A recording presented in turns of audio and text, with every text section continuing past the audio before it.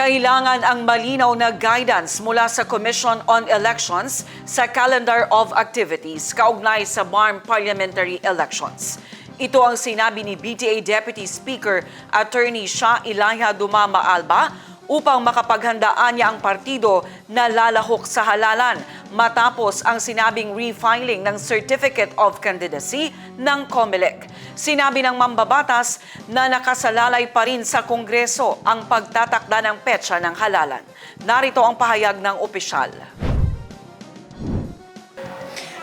It is really up to the legislature sa ating houses of Congress kung kailan nila anong ilalagay nila. If you remember, yung sa RA 12123, tatlong dates kasi yung lumabas doon.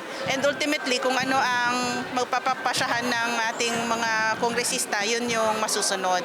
But we understand na yung mga statements na ganun ni Chair Garcia is to really help facilitate na mapatotoo na merong election sa 2026. I don't think we have any choice because doon sa 120 days na prohibition. So, sayang naman, especially since meron pang election ban. Tapos, first quarter yan ng taon and yung mga ministries natin kailangan nilang magpatakbo, mag-implement ng mga projects nila which would be affected kung mayroong election ban.